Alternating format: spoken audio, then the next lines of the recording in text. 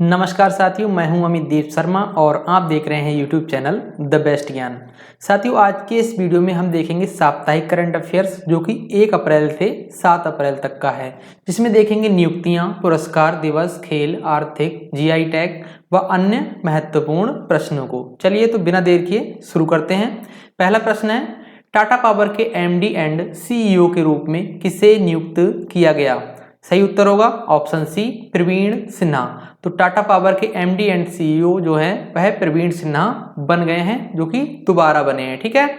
अगला प्रश्न है, हीरो मोटोकॉर्प के सीईओ के रूप में किसे नियुक्त किया गया? सही उत्तर होगा ऑप्शन सी, निरंजन गुप्ता। अगला प्रश्न है, शेख मंसूर बिन जायद अल नाहयान किस देश के उपराष्ट्रपति नियुक्त किए गए हैं? सही उत्तर हो जाएगा ऑप्शन ए, संयुक्त अरब अमीरात। तो वर्तमान उपराष्ट्रपति शेख मोहम्मद बिन राशिद अल मखदूम भी जो हैं वो इस पद पर कार्यरत रहेंगे। मतलब 2 उपराष्ट्रपति बन गए हैं, कहाँ के? संयुक्त अरब अमीरात।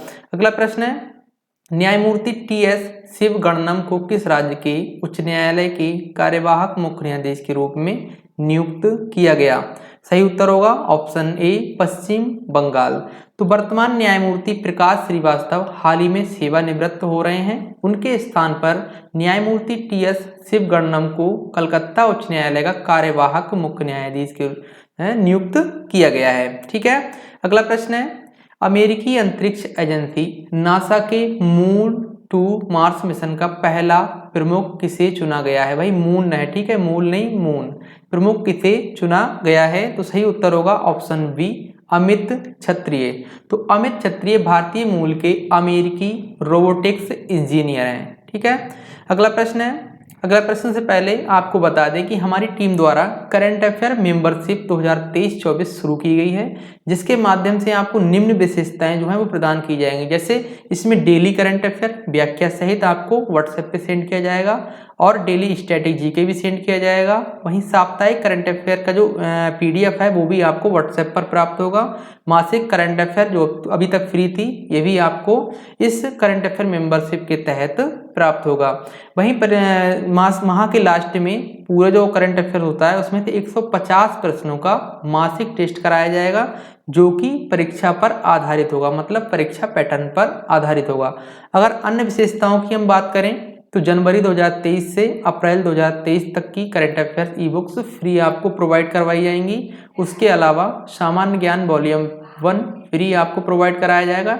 ठीक है। वहीं हमारी सभी जो ई बुक्स हैं उन पर 20% डिस्काउंट आपको प्रदान किया जाएगा। और हाँ, आने वाली जो बुक्स हैं प्रिंटेड बुक्स, उन पर 25% छूट प्रदान की जाएगी। अगर हम बात करें वैधता की, इस मेंबरशिप की वैधता क्या होगी, तो ये 1 मई 2023 से 30 अप्रैल 2024 तक होगी, यानी पूरे 1 साल की वैधता है। और इसकी फीस की अगर हम बात करें तो 199 रुपये रखी गई है, जो कि बहुत ही मामूली रकम है, जिसे आप आसानी से पे कर सकते हैं, जो कि 1 साल के लिए है। मेंबरशिप कैसे लें, तो आप हमारे यूपीआई जो नंबर है 9506729761 पर किसी भी पेमेंट ऐप जैसे गूगल पे, फोन पे आदि से 199 रुपये का पेमेंट करके इसी व्हाट्सएप नंबर पर पेमेंट का स्क्रीनशॉट के साथ अपना नाम, जिला और राज्य का नाम लिखकर भेजें। उसके बाद हमारी टीम मेंबरशिप की एक रसीद आपको भेजेगी और आपको व्हाट्सएप ग्रुप में जोड़ लिया जाएगा। और बाकी हमारी जो ई बुक्स हैं, काफ़ी ई बुक्स आ चुकी हैं, जिनका लिंक डिस्क्रिप्शन में दिया गया है। और हाँ, इस मेंबरशिप का जो लिंक है वो डिस्क्रिप्शन में भी दे दिया गया है, वहाँ पर क्लिक करके आप ऑनलाइन पेमेंट भी कर सकते हैं। तो चलिए देखते हैं अगला प्रश्न।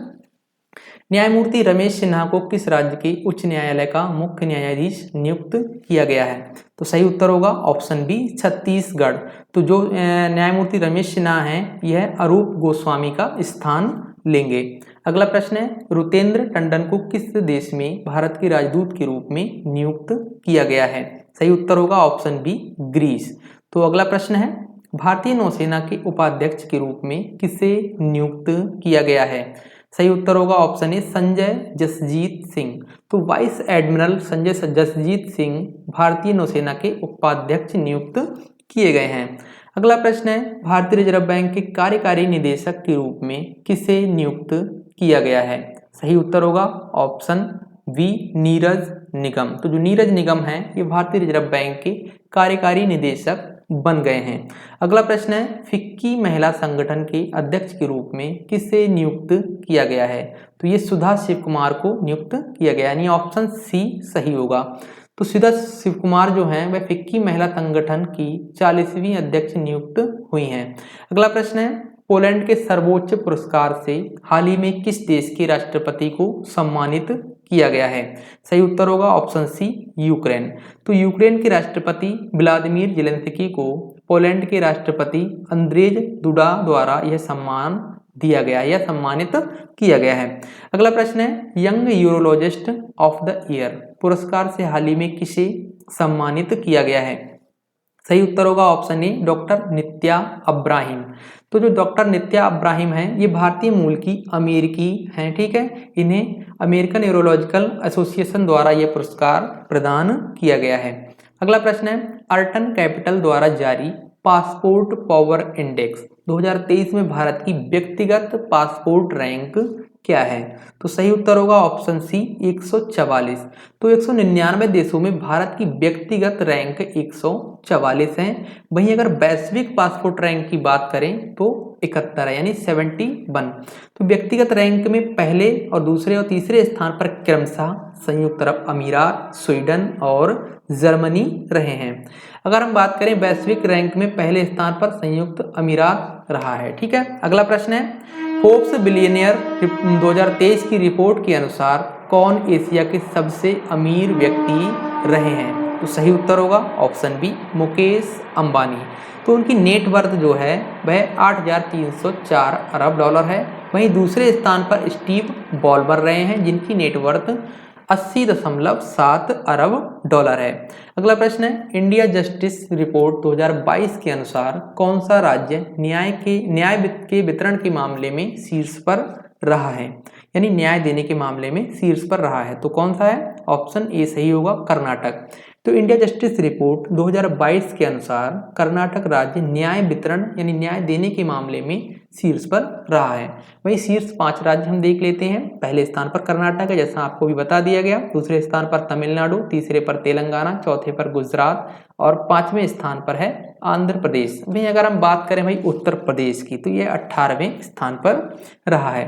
अगला प्रश्न है, भारत और किस देश के बीच नौसैनिक संयुक्त अभ्यास सिलिनेक्स 2023 का आयोजन किया गया? तो सही उत्तर होगा ऑप्शन डी श्रीलंका। तो भारत और श्रीलंका के बीच इस अभ्यास का आयोजन 3 अप्रैल को कोलंबो में हुआ। अभ्यास का ये 10वां संस्करण था। अगला प्रश्न है, भारत और किस देश के बीच वायु सैनिक अभ्यास कोप इंडिया आयोजित किया गया? सही उत्तर हो जाएगा ऑप्शन सी अमेरिका। तो इस अभ्यास का आयोजन पश्चिम बंगाल के कलाईकुंडा में 10 अप्रैल से 23 अप्रैल 2023 तक किया गया। अगला प्रश्न है, भारत की G20 अध्यक्षता के तहत G20 chief scientific adviser round table की पहली बैठक का आयोजन कहाँ हुआ? तो सही उत्तर होगा ऑप्शन डी रामनगर। तो उत्तराखंड में पड़ता है ये रामनगर, ठीक है। तो उत्तराखंड के रामनगर में इस बैठक का आयोजन 28 से 30 मार्च 2023 के दौरान किया गया। अगला प्रश्न है, भारत की G20 अध्यक्षता के तहत दूसरी G20 शेरपा बैठक का आयोजन कहाँ हुआ? तो सही उत्तर होगा ऑप्शन ए कुमारकोम केरल में। तो इस बैठक का आयोजन जो है वह 30 मार्च से 2 अप्रैल 2023 तक केरल के कुमारकोम में किया गया, जिसकी अध्यक्षता G20 शेरपा अमिताभ कांत द्वारा की गई। अगर हम बात करें भाई पहली बैठक की, तो वहीं पहली बैठक का जो आयोजन था वो 4 दिसंबर से 7 दिसंबर 2022 के दौरान उदयपुर में हुआ था। अगला प्रश्न है, भारत की G20 अध्यक्षता के तहत देश के किस IIT संस्थान ने युवा 20 परामर्श बैठक की मेजबानी की है?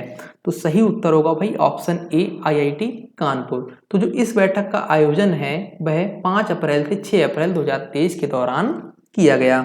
अगला प्रश्न है, दिल्ली इंटरनेशनल ओपन शतरंज का खिताब हाल ही में किसने जीता? तो सही उत्तर होगा ऑप्शन डी अरविंद चिदम्बरम। अगला प्रश्न, T20 क्रिकेट में 300 विकेट लेने वाले पहले भारतीय गेंदबाज हाल ही में कौन बने हैं? तो सही उत्तर होगा ऑप्शन डी यजुवेंद्र चहल।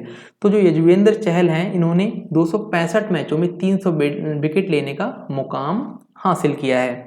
अगला प्रश्न है, ऑस्ट्रेलियन ग्रैंड प्रिक्स 2023 का खिताब किसने जीता है? तो सही उत्तर होगा ऑप्शन सी, मैक्स वर्स्टरपन।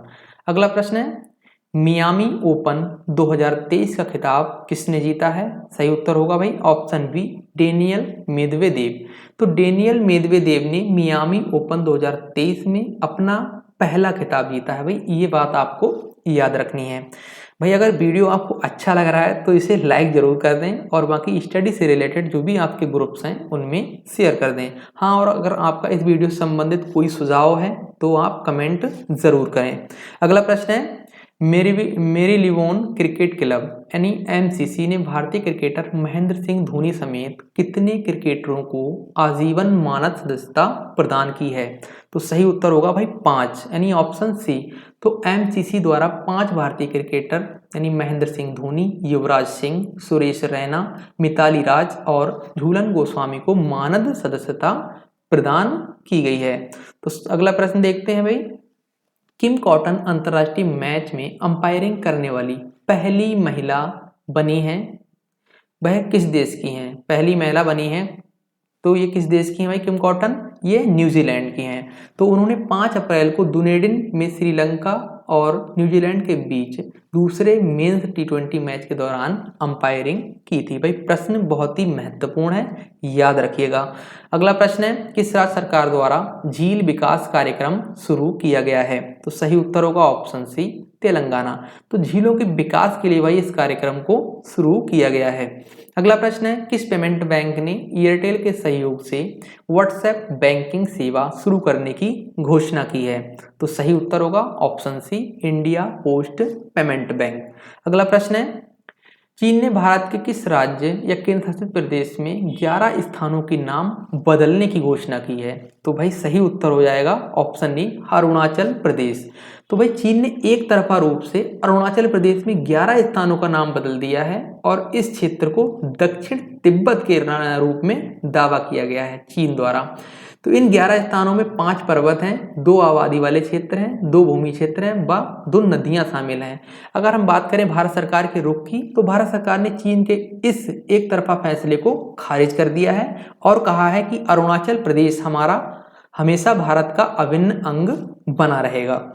अगला प्रश्न है, विश्व बैंक द्वारा वित्त वर्ष 2024 में देश की जीडीपी को घटाकर कितने प्रतिशत रहने का अनुमान लगाया गया है? तो सही उत्तर होगा ऑप्शन ए, 6.3 यानी 6.3%। तो विश्व बैंक द्वारा वित्त वर्ष 2024 में भारत की जीडीपी को अपने पूर्वानुमान जो था इनका 6.6% था, इसे घटाकर 6.3% कर दिया गया है। अगला प्रश्न है, एशियाई विकास बैंक यानी एडीबी ने वित्त वर्ष 2023-24 में भारत की जीडीपी वृद्धि दर के अपने पूर्वानुमान को घटाकर कितने प्रतिशत कर दिया गया है? तो सही उत्तर होगा ऑप्शन ए, 6.4%। तो एडीबी द्वारा वित्त वर्ष 2023-24 में भारत की जीडीपी वृद्धि दर के अपने पूर्वानुमान जो क्या था इनका 7.2% था पहले का, और इसे अब घटाकर 6.4% कर दिया गया है। अगला प्रश्न है, भारतीय रिजर्व बैंक द्वारा रेपो दर को अपरिवर्तित रखा गया है, वर्तमान रेपो दर क्या है? वैसे रेपो दर घटती बढ़ती रहती है, लेकिन इस बार जो है भारतीय रिजर्व बैंक ने रेपो दर है उसे अपरिवर्तित रखा है। तो क्या है भाई 6.50%। तो इससे पहले फरवरी 2023 के दौरान रेपो दर को जो 6.25 से बढ़ाकर 6.50% किया गया था।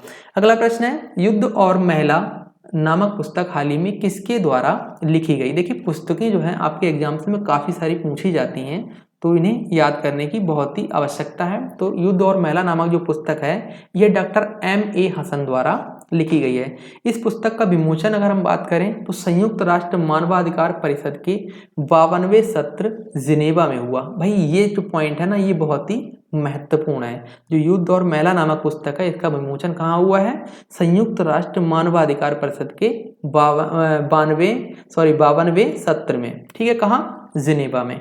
अगला प्रश्न है, हाथी लाल क्यों नहीं हो सकते नामक पुस्तक किसके द्वारा लिखी गई है? तो सही उत्तर होगा ऑप्शन ए, वाणी त्रिपाठी टिकू। तो यह एक बच्चों की किताब है जिसको नियोगी बुक्स द्वारा प्रकाशित किया गया है। अगला प्रश्न है, courting India England Mughal India and the origins of empire नामक पुस्तक किसके द्वारा लिखी गई है? तो सही उत्तर होगा ऑप्शन डी, नंदिनी दास। भाई नंदिनी नहीं है, नंदिनी दास है, ठीक है। अगला प्रश्न है, गांधी सियासत और संप्रदाय नामक पुस्तक हाल ही में किसके द्वारा लिखी गई? देखिए ये जो है, जैसे गांधी जी के बारे में पुस्तक है, तो भाई इन नाम से ये पुस्तक जो है ना वो महत्वपूर्ण हो जाती है, तो इसे आप कहीं नोट कर लीजिएगा। तो गांधी सियासत और संप्रदाय नामक जो पुस्तक है ये पीयूष बोबले द्वारा लिखी गई है, इनका नाम जरूर याद रखें। अगला प्रश्न है, 100% विद्युतीकृत रेलवे नेटवर्क वाला देश का पहला राज्य हाल ही में कौन सा बना है? भाई ऐसा राज्य पूछ रहा है जो रेलवे नेटवर्क है वो 100% जो है विद्युतीकृत हो गया है, ठीक है। तो कौन सा है राज्य? हरियाणा। तो मार्च 2023 के दौरान हरियाणा राज्य 100% विद्युतीकृत रेलवे वाला देश का पहला राज्य बन गया है। देखिए देश के पहले राज्य की बात हो रही है, ठीक है, तो अच्छे से याद कर लीजिएगा। अगला प्रश्न है, भारत का दूसरा सबसे बड़ा क्रिकेट स्टेडियम किस राज्य में बनाया जाएगा? सही उत्तर होगा ऑप्शन सी, राजस्थान। तो राजस्थान के जयपुर के एक गांव में भारत का दूसरा सबसे बड़ा क्रिकेट स्टेडियम बनाया जाएगा, जो दुनिया का तीसरा सबसे बड़ा क्रिकेट स्टेडियम होगा। लेकिन भारत का तो दूसरा ही है, लेकिन दुनिया का जो है वो तीसरा होगा। इस स्टेडियम के अगर नाम की बात करें तो उद्योगपति अनिल अग्रवाल के नाम पर रखा जाएगा। अगला प्रश्न है, यूरोपीय संघ द्वारा भारत के किस राज्य की कांगड़ा चाय को जीआई टैग प्रदान किया गया है? देखिए यूरोपीय संघ द्वारा ये जीआई टैग प्रदान किया गया है, किसे? कांगड़ा चाय को। तो ये किस राज्य की है?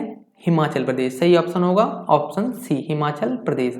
तो मार्च 2023 के दौरान यूरोपीय संघ द्वारा हिमाचल प्रदेश की कांगड़ा चाय को जीआई टैग प्रदान किया गया। वहीं भारतीय जीआई टैग इस जो कांगड़ा चाय है इसे 2005 में प्रदान किया गया था। दोनों चीजें आपको याद रखनी है।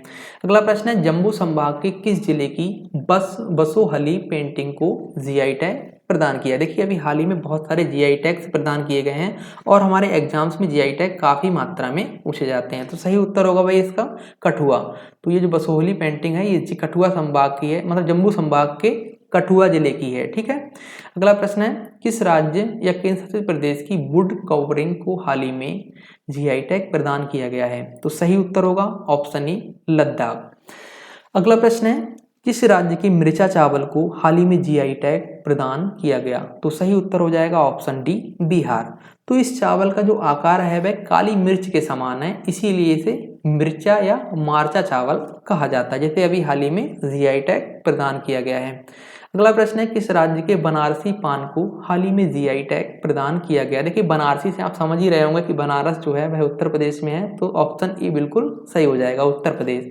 तो उत्तर प्रदेश राज्य के वाराणसी शहर के बनारसी पान को भौगोलिक संकेत यानी जीआई टैग प्रदान किया गया है। अगला प्रश्न है, विश्व स्वास्थ्य संगठन द्वारा किस देश को मलेरिया मुक्त देश के रूप में प्रमाणित किया गया? भाई बहुत ही महत्वपूर्ण क्वेश्चन है, किस देश को मलेरिया मुक्त देश के रूप में प्रमाणित किया गया है? किसके द्वारा? विश्व स्वास्थ्य संगठन द्वारा। सही उत्तर होगा ऑप्शन डी, बी और सी दोनों, यानी तजाकिस्तान और अजरबैजान। तो विश्व स्वास्थ्य संगठन द्वारा तजाकिस्तान और अजरबैजान को मलेरिया मुक्त देश के रूप में घोषित किया गया, यानी कहा जा सकता है कि इन दोनों देशों में जो मलेरिया है इसका कोई भी मरीज नहीं मिला है, इसीलिए क्या मलेरिया मुक्त घोषित कर दिया गया। अगला प्रश्न है, देश में पहली बार आर्टिफिशियल इंटेलिजेंसी आधारित चैट जीपीटी की सहायता से किस उच्च न्यायालय ने जमानत फैसला सुनाया? देखिए चैट जीपीटी का नाम अभी आपने बहुत सुना होगा, तो यहाँ से इस क्वेश्चन को जरा महत्वपूर्ण मानिए और अच्छे से याद रखिए। तो किसने फैसला सुनाया है? सही उत्तर हो जाएगा ऑप्शन बी, पंजाब और हरियाणा उच्च न्यायालय ने इसकी मदद से यानी चैट जीपीटी की मदद से जमानत का फैसला एक सुनाया है। अगला प्रश्न है, 1 अप्रैल 2023 को किस राज्य का स्थापना दिवस मनाया गया? तो सही उत्तर हो जाएगा ऑप्शन बी, ओडिशा। यानी ओडिशा का जो स्थापना दिवस है वह 1 अप्रैल 2023 को अभी हाल ही में मनाया गया। तो ओडिशा की स्थापना 1 अप्रैल 1936 को हुई थी, इसीलिए प्रत्येक वर्ष 1 अप्रैल को उत्कल यानी ओडिशा दिवस तो जानते ही हैं, ठीक है, इसे उत्कल दिवस के रूप में भी मनाया जाता है। तो उत्कल दिवस में आप कंफ्यूज नहीं होइएगा। अगला प्रश्न है, स्वच्छोत्सव 2023 के तहत 1000 शहरों को 3 स्टार कचरा मुक्त बनाने का लक्ष्य कब तक निर्धारित किया गया है? तो सही उत्तर होगा ऑप्शन सी, दिसंबर 2024 तक। तो केंद्रीय शहरी आवास और शहरी कार्य मंत्री हरदीप सिंह पुरी ने यह घोषणा की है। अगला प्रश्न है, राष्ट्रीय समुद्री सप्ताह का आयोजन कब से कब तक किया गया? तो सही उत्तर होगा ऑप्शन बी, 31 मार्च से 5 अप्रैल तक राष्ट्रीय समुद्री सप्ताह का आयोजन किया गया। तो नाटो का 31वां सदस्य देश हाल ही में कौन सा बना है? याद रखिएगा भाई, नाटो का 31वां सदस्य देश जो है वह कौन सा बना है? ऑप्शन सी सही होगा, फिनलैंड। तो उत्तर अटलांटिक संधि संगठन यानी नाटो के सचिव जेन्स स्टोल्टेनबर्ग द्वारा इसकी घोषणा की गई। अगला प्रश्न है 2022 tree cities of the world के रूप में देश के किस शहर को लगातार दूसरी बार मान्यता प्रदान की गई है? तो सही उत्तर होगा ऑप्शन ए, मुंबई। तो संयुक्त राष्ट्र के फूड एंड एग्रीकल्चर ऑर्गेनाइजेशन द्वारा इस सूची को जारी किया गया, जिसमें भारत का मुंबई शहर को लगातार दूसरी बार शामिल किया गया है। वहीं वर्ष 2021 में भारत के 2 शहर मुंबई और हैदराबाद को शामिल किया गया था। अगला प्रश्न है भाई, अगर आपको वीडियो अच्छा लग रहा है तो लाइक कर दीजिएगा, ठीक है, और अपने स्टडी से रिलेटेड जो भी ग्रुप्स हैं उसमें शेयर जरूर करिएगा। वीडियो संबंधित अगर आपका कोई सुझाव है तो हमें कमेंट ज़रूर करें, और अगर आप चैनल पर नए हैं तो सब्सक्राइब करके ही जाएं। चलिए प्रश्न देखते हैं। अमेरिका के पहले पूर्व राष्ट्रपति कौन बने हैं जिन पर आपराधिक आरोप लगाया गया? ये पूर्व राष्ट्रपति पहले बने जिन पर एक आपराधिक आरोप लगाया गया है। तो सही उत्तर हो जाएगा ऑप्शन बी, डोनाल्ड ट्रंप। तो डोनाल्ड ट्रंप पर 2016 के राष्ट्रपति चुनाव से ठीक पहले एक पोर्न स्टार को चुपके से पैसे देने का व चुप रहने का आरोप लगा है। अगला प्रश्न है, किस देश में आयोजित होने वाली बास्टिल डे परेड के लिए प्रधानमंत्री नरेंद्र मोदी को आमंत्रित किया गया है? तो सही उत्तर होगा ऑप्शन सी, फ्रांस। तो फ्रांस के राष्ट्रपति हैं इमानुएल मैक्रों ने 14 जुलाई 2023 को आयोजित होने वाली बास्टिल डे परेड के लिए प्रधानमंत्री नरेंद्र मोदी जी को आमंत्रित किया है। ये हमारे लिए बहुत ही सौभाग्य की बात है। अगला प्रश्न है, देश की किस बेटी ने लुआंचड़ी पोशाक को पहनकर अफ्रीका की किलिमंजारो चोटी को फतह किया है? तो सही उत्तर होगा ऑप्शन सी, अंजलि वर्मा। तो हिमाचल प्रदेश की पारंपरिक पोशाक है लुआचांडनी, ठीक है, को पहनकर अंजलि शर्मा अफ्रीका की किलिमंजारो चोटी को फतह करने वाली पहली महिला बन गई हैं। अंजलि शर्मा जो है वह हिमाचल प्रदेश के धर्मशाला के गमरू की रहने वाली हैं, जो कि अभी 15 वर्ष की हैं। अगला प्रश्न है, भारतीय संसद द्वारा प्रतिस्पर्धा संशोधन विधेयक 2023 पारित किया गया, यानी कब पारित किया गया? तो सही उत्तर होगा ऑप्शन ए, 3 अप्रैल 2023 को। तो 3 अप्रैल 2023 को राज्यसभा में यह विधेयक पारित हो गया। अगस्त 2022 में इस विधेयक को लोकसभा में पेश किया गया था, जिसे 29 मार्च 2023 को लोकसभा से पास किया गया था। अभी 3 अप्रैल 2023 को राज्यसभा से पारित किया गया। अगला प्रश्न है, भारत ने किस देश के मध्य पहले रक्षा सहयोग समझौते पर हस्ताक्षर किए हैं? तो सही उत्तर होगा ऑप्शन बी, रोमानिया। अगला प्रश्न है, नाडा द्वारा भारोत्तोलन संजीता चानू को डोप टेस्ट में फेल होने पर कितने वर्ष का प्रतिबंध लगाया गया है? तो सही उत्तर होगा 4 वर्ष। तो नेशनल एंटी डोपिंग एजेंसी, जिसे नाडा बोलते हैं, द्वारा संजीता चानू पर 4 वर्ष का प्रतिबंध लगा दिया गया है।